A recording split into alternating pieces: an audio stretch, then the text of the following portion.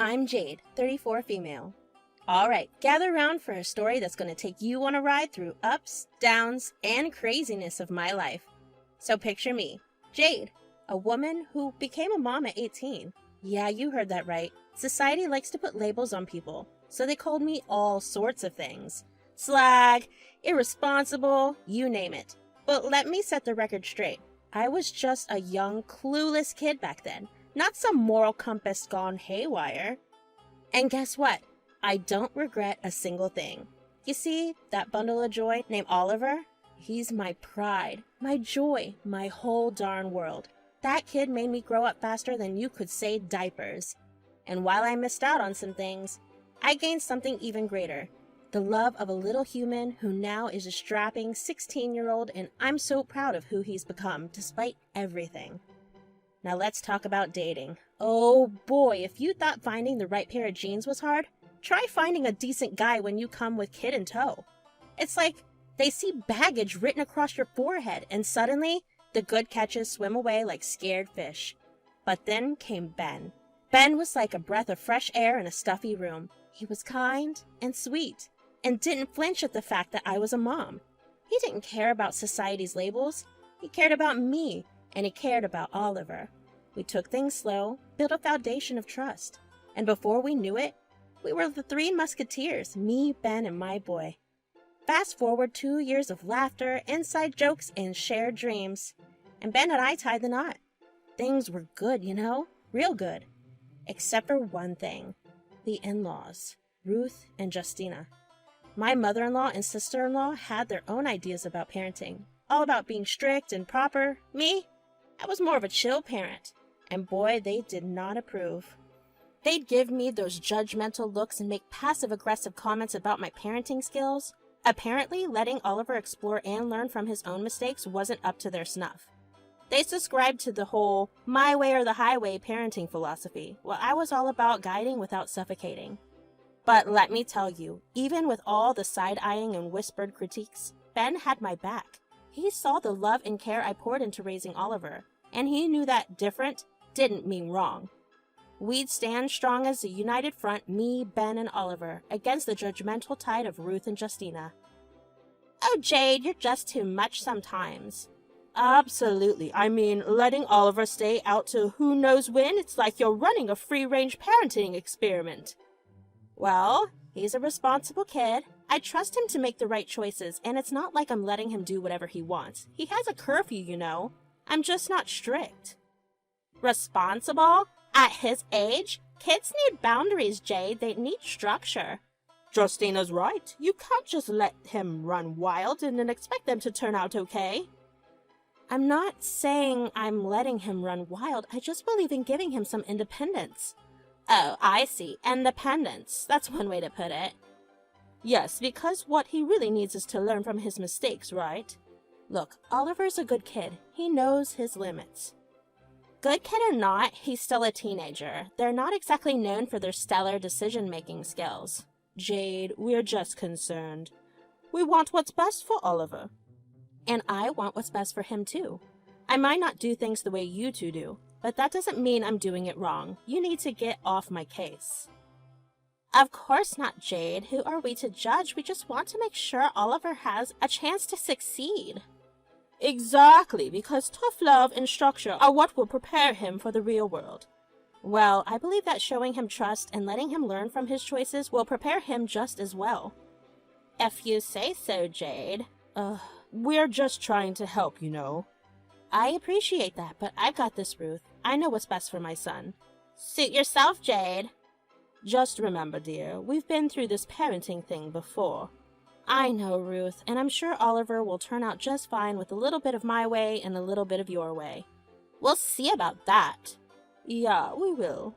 Believe it or not, we would have the same argument often, despite me always concluding it the same way, for them to leave me alone and stop judging my parenting.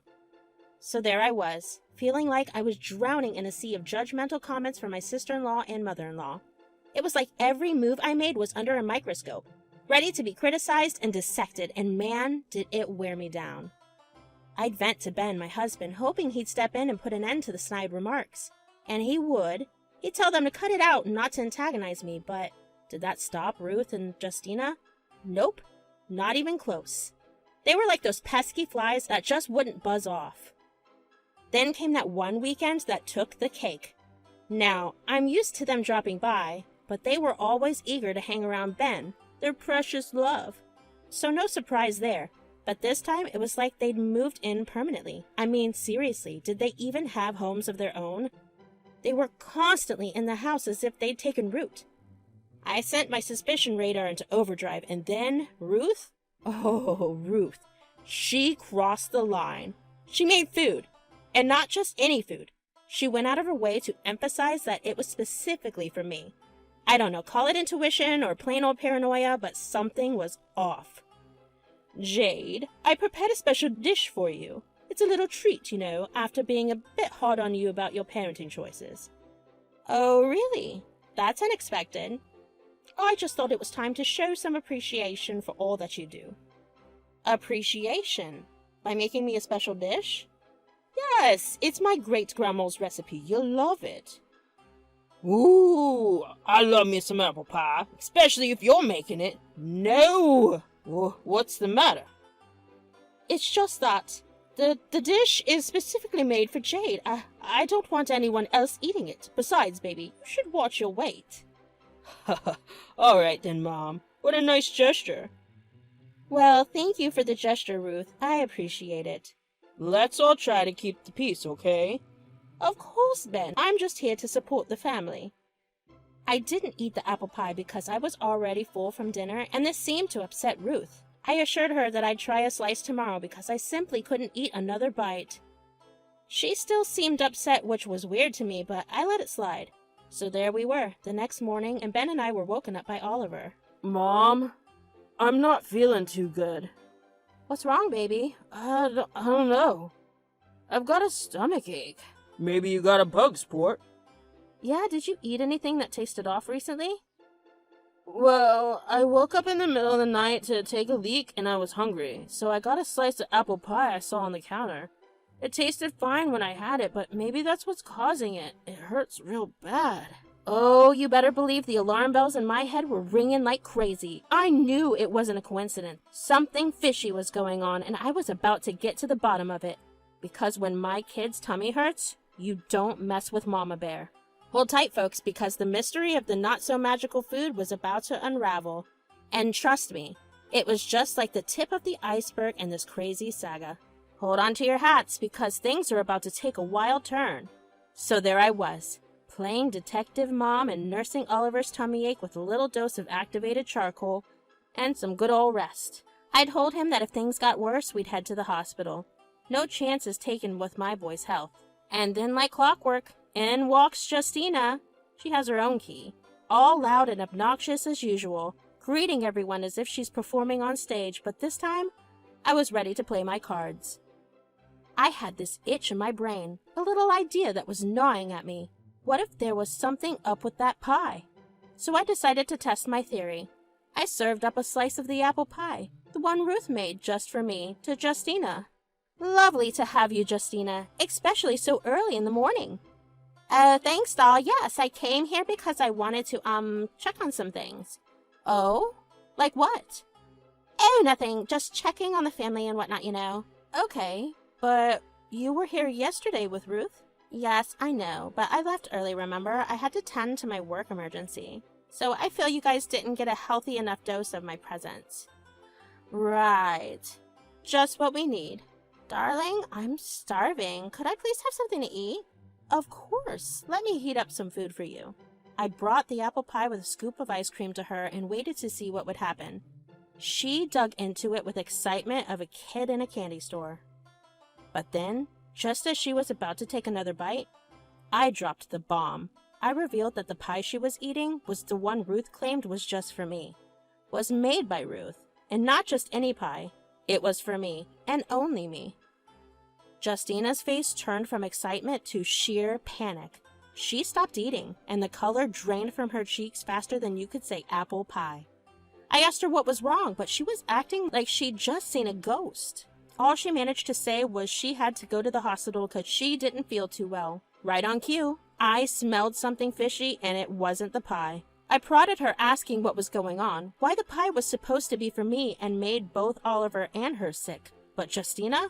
She was playing coy, ignoring my questions and shouting for Ben to come downstairs and take her to the hospital. What's going on? What's the yelling? Your sister is refusing to tell me what's going on.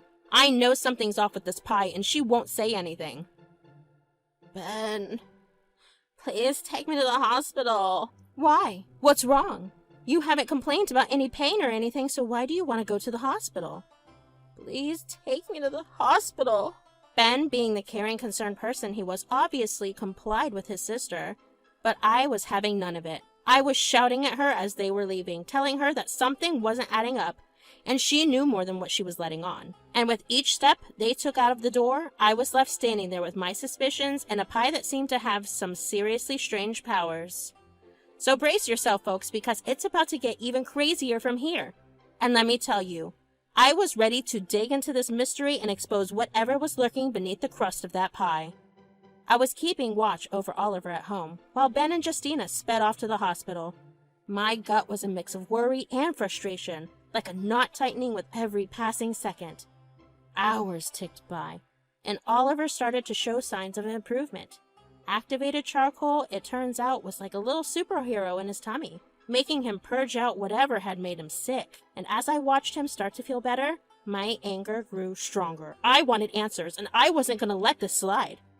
But before I could even put my detective hat back on, the cavalry arrived. Ben and Justina were back from the hospital, and they weren't alone. Oh no.